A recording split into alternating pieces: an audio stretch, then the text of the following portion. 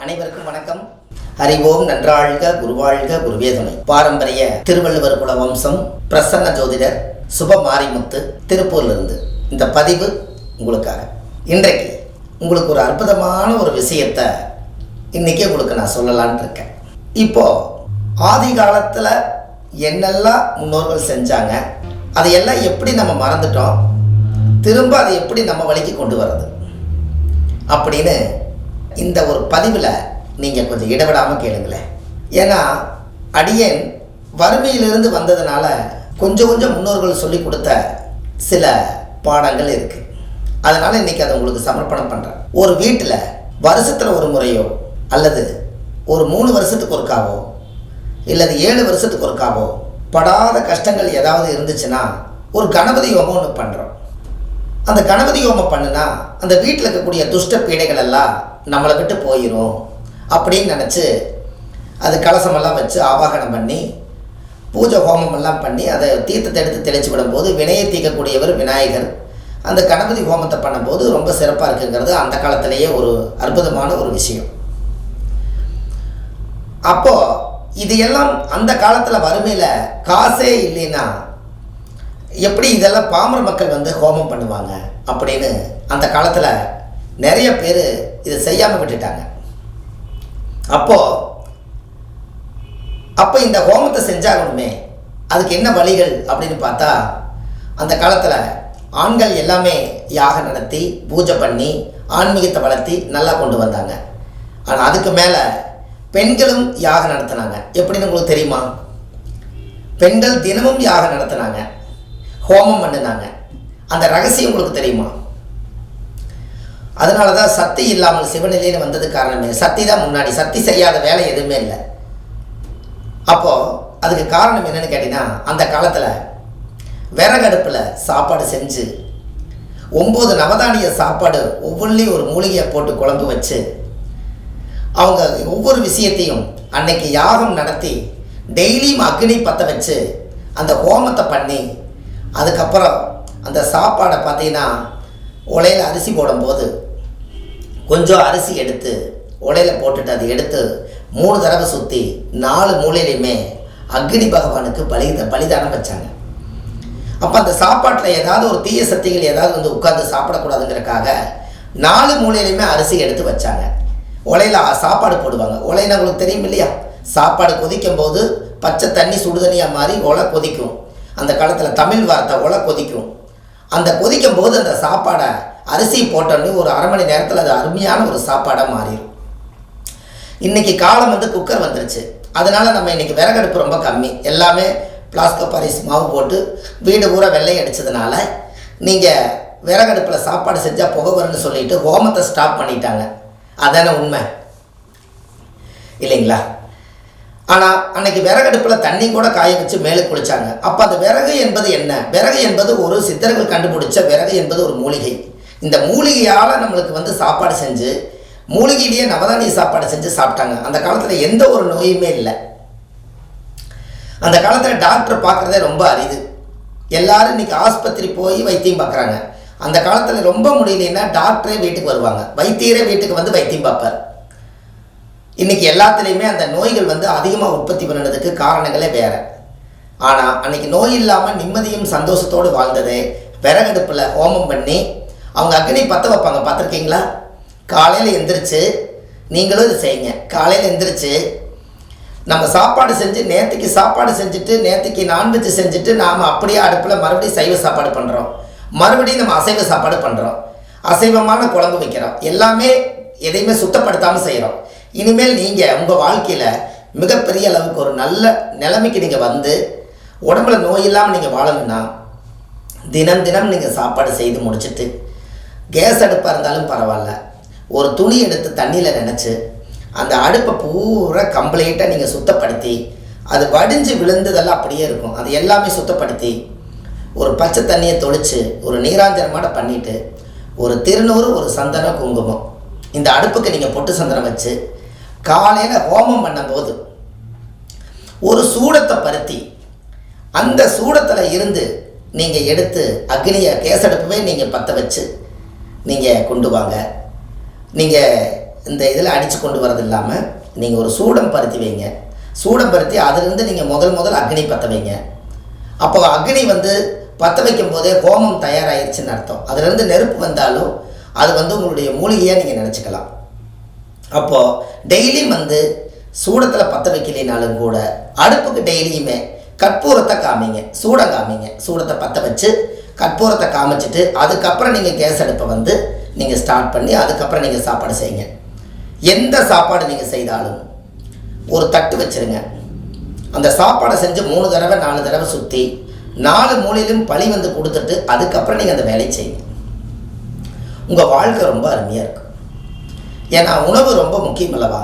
அந்த காலத்தில் ஆதி காலத்தில் விறகடுப்பில் சாப்பாடு செய்தாங்களே, நாம் அது எவ்வளோ பெரிய சந்தோஷமாக நம்ம சாப்பிட்டோம், எவ்வளோ ருசியாக இருந்தது. அன்றைக்கி ஒரு மூலிகை இல்லை, அதாவது வந்து அன்றைக்கி மருந்து இல்லாத காய்கறிகள், அதை இதையும் போட்டு முன்னோர்கள் வந்து குழம்பு வச்சு ஊற்றுவாங்க. அதை ஆனந்தமாக சாப்பிட்டு ஆனந்தமாக தூங்குவாங்க. எந்த ஒரு பிரச்சனையுமே வரல. இதுதான் ஆதிகால பரிகாரம். அந்த காலத்தில் அடுப்புக்கு பூஜை பண்ணுவாங்க. உங்களுக்கு ஒன்று தெரியுமா? ஒரு வீட்டில் அக்னி ஹோமம் பண்ணுறதா இருந்தால், கணபதி ஹோமம் பண்ணுறதா இருந்தால், நீங்கள் கணபதி ஹோமத்துக்கு முதல்ல ஹோமம் பற்ற வைக்காததுக்கு முன்னாடி அவங்க என்ன பண்ணுறாங்க, ஃபஸ்ட்டு அடுப்புக்கு வந்து ஒரு நீராஞ்சனை சுற்றி 3 தடவை சுற்றி பிரபஞ்சத்தை கொடுத்துட்றாங்க. அதுக்கப்புறம் திருநூறு, அதுக்கப்புறம் சந்தனம், அதுக்கப்புறம் குங்குமம், இதெல்லாமே போட்டு அதுக்கப்புறம் சூடத்தை பற்ற வச்சு அதில் 4 விறகு வச்சு அந்த சூடத்துக்கு பற்ற வச்சு அதுக்கப்புறம் விறகு எரிஞ்சு அதுக்கப்புறம் தான் ஹோமங்கள் எல்லாம் போட்டு மூலிகை வாசனை திரவியம் மூலிகை எல்லாம் போட்டு ஹோமம் பண்ணி அதுக்கப்புறம் அந்த அக்னி பகவானுக்கு வந்து சாப்பாடு பலி கொடுக்கணுமே, அதுவும் கேட்குமேனு சொல்லி அதுக்குள்ள ஒரு ஸ்வீட் வச்சு பூர்ணாகதி எல்லாம் பண்ணி அதுக்கப்புறம் சாப்பாடு பொங்கல் எண்ணெய் எடுத்து 4 மூலையிலையும் 8 மூலையிலையுமே அக்னி பகவானுக்கு பலிதானங்கள் பண்ணி அதுக்கப்புறம் தான் அந்த பவரை கொண்டு போய் சாமிகிட்ட செலுத்துகிறாங்க. அதுக்கப்புறம் தான் தீர்த்தத்துக்கு கலசத்துக்கெல்லாம் வந்து பவர் விட்டுறாங்க. இதான நியாயம். அப்போ அப்படி இருக்கும்போது தினம் முன்னோர்கள் அந்த காலத்தில் பெண்கள் எல்லாருமே ஹோமம் பண்ணாங்க, எல்லாரும் யாகம் நடத்துனாங்க. யாருமே யாகம் நடத்தாதவங்க ஆதி காலத்தில் யாருமே இல்லை. கண்டிப்பாக இனிமேல் வந்து ஒரு யாகம் நடத்துணுன்னா கேஸ் அடுப்பாக நீங்கள் அதை நினைக்காதீங்க. அதையும் நீங்கள் வந்து காலையில் எழுந்திரிச்சு சுத்தமாக நீங்கள் தொடச்சி பொட்டு சந்தனம் வச்சு ஒரு கற்பூரம் காமிச்சு நீங்கள் சாப்பாடு செய்யுங்க. அந்த சாப்பாடை கொஞ்சம் பலி கொடுத்துட்டு வாங்க. தினம் நீங்கள் இதை செய்யுங்க. உங்கள் வாழ்க்கை ரொம்ப பிரமாதமாக இருக்கும். இது வந்து ஆதி காலத்தில் முன்னோர்கள் செய்த பரிகாரம் தான். இன்றைக்கி இந்த பதிவில் உங்களுக்கு கொடுக்கறதுக்கு காரணம் என்ன தெரியுங்களா? ஒரு வீட்டில் பெண்கள் இல்லாதவங்க யாருமே இல்லை. அப்போ எல்லா வீட்லேயுமே ஹோமம் பண்ணலாம். உங்களுக்கு ஹோமம் பண்ண ஒவ்வொரு வீட்டிலையுமே அந்த அந்த புகையாகப்பட்டது பிரபஞ்சத்தில் போய் இன்னார் வீட்டில் கற்பூரம் ஆராத்தி காமிச்சு அக்னி தேவதையை முறையாக கும்பிட்டாங்கன்னு சொல்லி அந்த வீட்டுக்கு அக்னி பகவானுடைய ஆசீர்வாதம் உங்களுக்கு வரும். நோய் இல்லாமல் நீங்கள் நல்லா இருப்பீங்க. உங்களுடைய அமைப்புகள் எல்லாமே கைகூடி வரும். தெய்வ சக்தி தான். இதெல்லாம் பண்ணி நீங்கள் சாமி கொண்டு போய் அந்த சாப்பாடா பொங்கலா எதுவாக இருந்தாலும் சாமிக்கு படைச்சிங்கன்னா அது உடனே எடுத்துக்கணும். ஏன்னா நீங்கள் முதலே சுத்தப்படுத்தி செஞ்சுருக்கீங்க. அப்போது அசைவமும் சைவமும் கலந்த இடத்துல நீங்கள் தண்ணி தொளிச்சாச்சுன்னா எந்த தோசம் வந்தாலும் தண்ணி போட்டு தொலைச்சாச்சுன்னா தோசை நிவர்த்தி. அதனால தானே காலையில் சாணி போட்டு தொளிக்கலினாலும் கூட ஒரு சொம்பு தண்ணி எடுத்து அவங்க வாசலில் தொளிக்கிறாங்க. அப்போ தண்ணி ஜலம் என்பது என்ன? இருக்கிற அனைத்து தோசை நிவர்த்தி பண்ணு. இதெல்லாம் முன்னோர்கள் அந்த காலத்தில் செஞ்சாங்க. இப்போ எல்லா வீட்லேயுமே அடுப்பு இருக்குது. என்ன அடுப்பு இருக்குது? கேஸ் அடுப்பு இருக்குது. ஏன் கேஸ் அடுப்புலையும் அக்னி மேலே வருது. அக்னி பகவானை நினச்சி நீங்கள் ஒரு வழிபாடு பண்ணி அதுக்கப்புறம் நீங்கள் சாப்பாடு செய்யுங்களேன். வாழ்க்கையில் ஒரே ஒரு நாள் மட்டும் நீங்கள் என்ன பண்ணுறீங்க, புண்ணியர்ஜி அன்றைக்கி புது அடுப்பு வாங்கி அன்றைக்கி பொட்டு பூஜை போட்டு சாமி கும்பிட்டுட்டு நீங்கள் பாலை காய்ச்சி குடிச்சிட்டு அதுக்கப்புறம் நீங்கள் அடுப்பை மறந்தாச்சு. ஏன் அன்றைக்கி செஞ்சுட்டு இன்றைக்கி செய்யாமல் விட்டுட்டீங்க? இன்றைக்கி அதை தினம் செய்யலாங்களே. அக்னி பகவானை நம்ம வந்து வீட்டில் நம்ம நிறைவாக சந்தோஷமாக இருக்கிறோம். காலையில் எழுந்திரிச்சு நம்ம அப்படியே எழுந்திரிச்சு வர்றோம். குளிக்காமையும் கூட ஒரு பால் காய்ச்சி ஒரு காப்பி வச்சு சாப்பிட்றோம். அப்படியே தானே வந்து அடுப்பு தொடறோம். அது ஒரு தீட்டு தானே, அக்னி பகவானுக்கு ஒரு தீட்டு தானே. அதனால் நீங்கள் குளித்தாலும் குளிக்கினாலும் அடுப்பை வந்து ஒரு நீராஞ்சனம் பண்ணிட்டால் உங்கள் தோஷம் போயிடும் அல்லவா. காலையில் குளிச்சுட்டு செய்கிறது சிறப்பு. குளிக்கவே இல்லை இருந்தாலும் அடுப்பை கொஞ்சம் நீராஞ்சனம் போட்டு நீங்கள் செய்யலாம் அல்லவா. இதுக்கு பேரே அடுப்பு பரிகாரம், ஆதிகால அடுப்பு பரிகாரம். இதில் உங்களுக்கு கொஞ்சம் நிறைய விஷயங்கள் கொடுத்துருப்பேன்னு நினைக்கிறேன். ஏன்னா பெண்கள் எல்லாத்துக்கும் வறுமை ரொம்ப வறுமை நிறம் சிவப்புங்கிற கோட்டில் இருந்து அந்த காலத்தில் வெளியில் வர்றதுக்காக எவ்வளவோ மக்கள் ரொம்ப கஷ்டப்பட்டாங்க. ஒருவேளை சாப்பாட்டுக்கெல்லாம் 3 கல்லை கூட்டி வச்சு அந்த காலத்தில் ஒரு விறகுகளெல்லாம் கொண்டு வந்து வச்சு அக்னி பகவானை சாமி கும்பிட்டு இந்த ஏழைகளுக்கெல்லாம் வயிறார பசி யாத்திரைக்காக இந்த சாப்பாடு உணவு வந்து செய்கிறேன், இந்த அரிசி நான் உலையில போடுறேன், இந்த சாப்பாடு எல்லாத்துக்குமே வயிறார பசி ஆத்திரோன்னு நினச்சி தான் அந்த அரிசி உள்ளே விடுவாங்க. ஆனால் அரிசி கொஞ்சம் தான் இருக்கும், ஆனால் எடுக்க எடுக்க வந்துக்கிட்டே இருக்கு அமிர்த சுரபியாட்டா. பாருங்கள், இது சரியானு சொல்லுங்கள். அப்புறம் எல்லாத்துக்கும் ஆண்டவன் படி போட்ட மாதிரியே ஆகி போயிடும். இதெல்லாம் அந்த காலத்தில் நடந்துச்சா இல்லையா? நீங்கள் நல்லா யோசிச்சு பாருங்கள். அன்றைக்கி வந்து மளிகை கடையில் போய் காய்கறி வாங்கி அடிக்கடி ஓட வரலாம் முடியாது. என்ன இருக்கோ அதை சமைச்சு பசி ஆற்றுனாங்க. ஒரு காட்டுக்குள்ளே போய் திடீர்னு ஒரு 4 கல்லை கூட்டி வச்சு 3 கல்லை கூட்டி வச்சாங்க. அப்போ அன்றைக்கெல்லாம் வந்து இந்த அடுப்பு என்பது 3 அடுப்புங்கிறது 3 அடுப்பு கல் தானே. அப்போ இதெல்லாம் அந்த காலத்தில் செஞ்சாங்களே இல்லையா? நல்லா யோசிச்சு பாருங்களேன். இன்னும் உங்களுக்கு கொஞ்சம் சந்தோஷமாக இருக்கும் இந்த பதிவை நீங்கள் கேட்டிங்கன்னா. இது மாதிரி ஒரு காலம் திருமணம்னு என்னோடய ஆசை. கடைசிக்கு ஒரு 3 கல்லை வச்சாவது அடுப்பு கூட்டி வச்சு ஒரு விறகடுப்பில் சமையல் செஞ்சு வருஷத்தில் ஒரு நாளாவது மாதத்தில் ஒரு நாளாவது சாப்பிடுங்கிறதுக்காகத்தான். குலதெய்வம் கோயிலுக்கு போனீங்கன்னா அந்த காலத்தில் 3 கல்லை கூட்டி வச்சு அவங்கவுங்க பொங்கல் வச்சு அதில் எடுத்து படைச்சி சாமி கும்பிடுறாங்க. அதுவே தினம் தினம் நடந்துச்சுன்னா எவ்வளோ சந்தோஷம். அதனால தான் கேஸ் அடுப்பே இருந்தாலும் பரவாயில்ல, அதுக்கு நீங்கள் செய்ய வேண்டிய முறையாக செய்யுங்க. அது கண்டிப்பாக உங்களுக்கு ஒரு மாற்றத்தை கொடுக்கும். உங்களுக்கு ஒன்று தெரியுமா? அந்த காலத்தில் பச்சை குத்துவாங்க, ஞாபகம் இருக்குங்களா? பச்சை குத்துவாங்க 7 ஊசி 9 ஊசி வச்சு அந்த அம்மா ஒரு சாரீரத்தோடு ஒரு அம்மா சாமி பாட்டை பாடி அந்த பாட்டை கேட்க கேட்க அந்த வலியும் வேதனையும் இருக்கும்போது டக்குன்னு அழுங்காமல் குத்தி அது வடிவம் அமைச்சிருவாங்க. அதிகமாக என்ன குத்துவாங்கன்னு உங்களுக்கு தெரியுமா? பச்சை. இதை பாருங்கள், இந்த கையில் இந்த இடத்துல இந்த கட்டை விரலுக்கு பக்கத்தில் இந்த பெருவிரலுக்கு பக்கத்தில் 3 அக்குப்புள்ளி குத்துவாங்க. பார்த்துருக்கீங்களா? 3 அக்குப்புள்ளி குத்திருப்பாங்க. அந்த காலத்தில் இருக்கிறவங்களை எல்லாம் பாருங்கள். அது என்னது? 3 அக்குப்புள்ளிங்கிறது வந்து அடுப்பு தான். இந்த அடுப்பு தான் அந்த காலத்தில் வந்து அதை நம்பி தான் வாழ்ந்தாங்க. வயிறார சோறு கிடைச்சா போதும், அதுக்கு வந்து அடுப்பு தான் கையில் வச்சுருந்தாங்க. இது 3 அக்குப்புள்ளி அடுப்பு தானே. இப்போ உங்களுக்கு புரிஞ்சிருக்கு அந்த பச்சையா 3 புள்ளி குத்துனாங்க. ஆனால் பார்க்குறக்கு அழகாக இருக்குதுன்னு கூட குத்திருப்பாங்க. 1 குத்தக்கூடாது 3 குத்திருக்கோன்னு. 3 கல்லை கூட்டினா தான் அது அடுப்பாக மாறும். சட்டி எப்படி நிற்கும்? ஒரு சாப்பாடு ஆக்கிற பாத்திரம் வந்து ஒரு சட்டி வந்து எப்படி அது நிற்கும்? 3 வேணும். அதனால தான் 3 வாங்க. அதில் என்ன மாதா பிதா குரு. அப்போ எல்லாமே 3 வச்சுருக்காங்க. உயிர் அப்படிங்கிறது எதற்காக வச்சாங்க? உயிர். இந்த உயிர் போகும்போது இந்த பச்சை கூட வரணும் அப்படிங்கிறக்காகத்தானே. உயிர்ங்கிறது 3 எழுத்து, அதனால 3 மச்சை வச்சாங்க. எல்லாத்துக்குமே 3க்கு மிகப்பெரிய அர்த்தம் இருக்கா இல்லையா? அப்போ இது எல்லாம் உங்கள் ஜாதகத்தில் இந்த மாதிரி ஒரு அமைப்பை நீங்கள் பார்க்கலாம். பாருங்கள், ஒரு ஜாதகத்தில் சூரியன் உச்சமாக இருக்கிறவங்க, சூரியன் நீசமாக இருக்கிறவங்க, சூரியன் ஆட்சி பலமாக இருக்கிறவங்க, இவங்களுக்கு எல்லாத்துக்குமே அந்த ஜாதகத்தில் இந்த அடுப்புக்கு பூஜை பண்ணால் சூரியன் ஆக்டிவேட் ஆகும். இது கண்டிப்பாக நீங்கள் செஞ்சு பாருங்கள். உங்கள் வாழ்க்கை ஒரு மிகப்பெரிய மாற்றத்தை கொடுக்கும். இதெல்லாம் உங்கள் வாழ்க்கையில் தேட கிடைக்காத செல்வம். இப்போ பாருங்கள், ஆதிகால அடுப்பு பரிகாரங்கிறது உங்களுக்கு எவ்வளோ விஷயம் உள்ள வந்துருச்சு பாருங்கள். அப்போ இதெல்லாம் நம்ம வீட்டில் வச்சு நம்ம கண்டிப்பாக இனிமேல் நோய் இல்லாமல் வாழ்வதற்கு நம்ம அடுப்புக்கு வந்து ஒரு பூஜை போடலாமான்னு நீங்கள் சொல்லுங்கள். போட்டுட்டும் கூட எனக்கு ஒரு நன்றி சொல்லுங்கள். இன்னும் கொஞ்சம் சந்தோஷப்படுவேன். இந்த பதிவை நீங்கள் நல்லா கேட்டிருக்கிறீங்கன்னு எனக்கு தெரியுமல்லவா? இது வந்து உங்கள் வீட்டில் சித்தப்பா, பெரியப்பா, சித்தி, அத்தை, அதே மாதிரி நாத்தனா, கொழுந்தியா, இவங்க எல்லாம் வாழ்ந்துட்டு இருப்பாங்க. எல்லாரும் ஒரு வாழ்க்கை வாழ்கிறாங்க. அன்றாடம் இதை மறந்துட்டு செய்கிறாங்க. இவங்களுக்கெல்லாம் நீங்கள் ஷேர் பண்ணுங்கள். இனிமேல் நம்ம வீடு வாசல்லாம் வலித்து அடுப்புக்கெல்லாம் பூஜை போட்டு ஒரு சாப்பாடு செஞ்சு புருஷனுக்கு போட்டால் அந்த வாழ்க்கையில் வந்து எல்லா சகல சௌபாக்கியம் கிடைக்கும்னு இந்த பதிவில் சொன்னாங்க. அப்படின்னு நீங்கள் சொல்லி அந்த பதிவை பாருங்கள். நீங்கள் சொல்லுங்கள். உங்களுக்கு அவங்களுக்கு சொல்லி அவங்க செஞ்சாங்கன்னா உங்களுக்கு ஒரு நல்ல பலன் கிடைக்கும். நீங்கள் செய்கிறது பாதியாக இருந்தாலும் அவங்க செய்கிறது முழுசாக செய்வாங்க. அப்போ இனிமேல் கொஞ்சமாவது ஆதிகால பரிகாரத்துக்கு மாறலாமான்னு நீங்கள் சொல்லுங்கள். சரி, ரைட்டு, ரொம்ப சந்தோஷம். இந்த அடுப்பு பரிகாரம் இவ்வளவு ரகசியங்கள் இருக்கிறது. இந்த முன்னோர்கள் வந்து அந்த காலத்தில் அக்னி பகவானுக்காக இதை இவ்வளவு முக்கியத்துவம் கொடுத்து நான் சொல்வதற்கு காரணம் என்ன? இன்னும் காலங்கள் போக போக அக்னியே இல்லாமல் கரண்ட் அடுப்பில் சாப்பாடு வந்ததுனால இதுவும் போயிடக்கூடாதுங்கிறதுக்காக இந்த பதிவு உங்களுக்கு கொடுத்தேன். மைக்ரோ அடுப்பில் கொண்டு போய் நீங்கள் வச்சிங்கன்னா சூடாகுது, அங்கே அக்னியே நம்ம பார்க்க முடியல. அதுவும் காலம் மாறிடக்கூடாது. அதுக்காக அடுப்பை மறந்துட வேண்டாம்.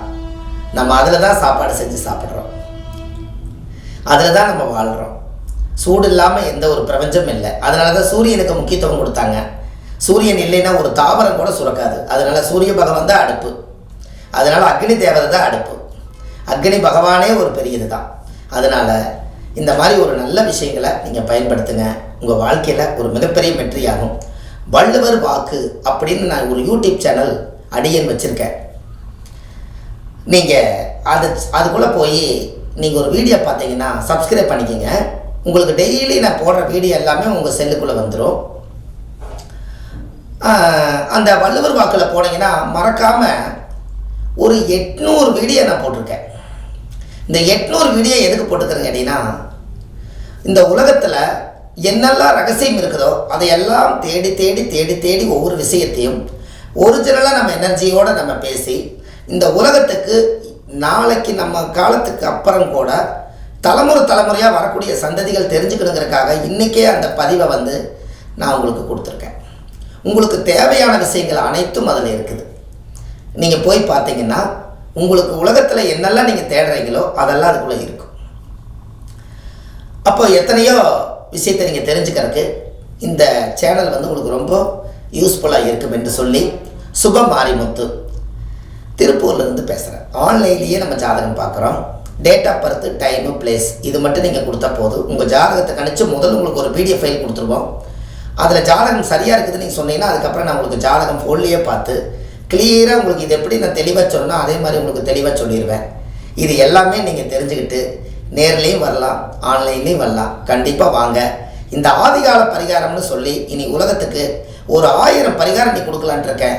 ஒவ்வொரு ஊர்லேயும் ஒவ்வொரு கிராமத்துலேயும் போய் முன்னோர்கள் எப்படி வாழ்ந்தாங்கன்னு சொல்லி நம்மளே இங்கேருந்து வண்டி எடுத்துகிட்டு போய் அதை நாள் கணக்கில் கதை கேட்டு இப்படியெல்லாம் நீங்கள் வாழ்ந்தீங்களான்னு தெரிஞ்சு இந்த சேனலில் உங்களுக்கு நான் பதிவை கொடுத்துக்கிட்டு இருக்கேன்.